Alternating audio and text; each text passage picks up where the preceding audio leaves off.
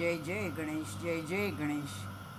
आता वसिष्ठ दशरथ राजाला अश्विन शुक्ल चतुर्थीची महती सांगतात। रैवतावर धर्मधर नावाचा नृपती नावाप्रमाणे धर्मनिष्ठ होता, परंतु निपुत्रिक होता, म्हणून पत्नीसह तपाचरण करण्यासाठी घनदाट वनामध्ये गेला।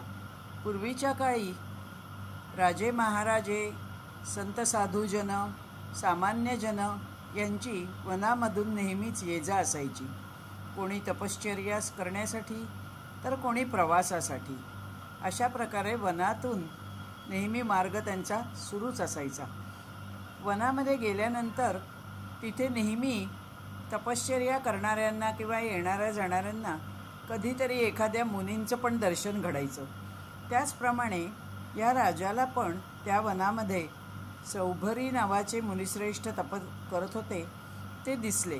राजाने त्यांना पत्नीसह नमस्कार केला आणि आपण आलो आहोत, आपण काय पाप केलं आहे की ज्यामुळे मला संतान नाही असा प्रश्न विचारला। तेव्हा मुनिश्रेष्ठांनी दिव्य दृष्टी लावून त्याच्याबद्दलची माहिती त्याला सांगितली। राजा, तू तर काहीही गेल्या जन्मामध्ये पाप केलं नाहीस, परंतु ह्या जन्मामध्ये तुझ्या राज्यामध्ये चतुर्थीचं व्रत होत नाही आणि म्हणूनच तुला संतान नाही।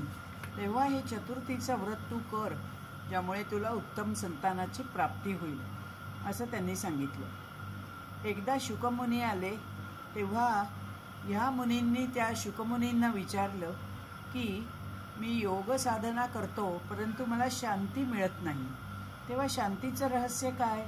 तेव्हा मला शुकमुनींनी सांगितलं की हे मुनिश्रेष्ठा, आपण आपलं चित्त जे पंचविध आहे ते चिंतामणीच्या वर लावावं आणि चिंतामणीच्या चिंतनाने तुझं चित्त दृढ होईल असा त्यांनी उपदेश दिला।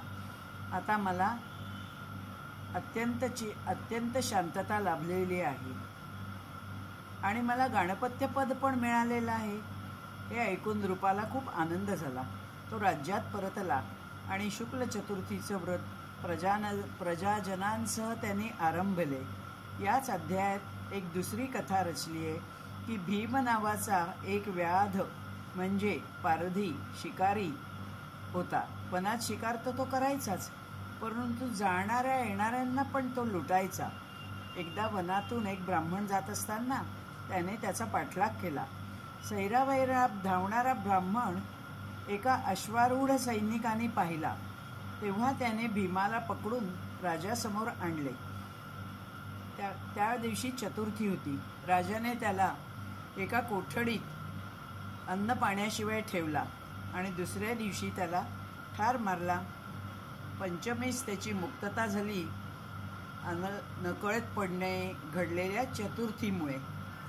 अशा प्रकारचा उपदेश आपल्याला वारंवार या चतुर्थीच्या आख्यानामध्ये दिसेलच। पुढील कथेसाठी आपण पुढे जाणार आहोत। जय जय गणेश, जय जय गणेश। धन्यवाद।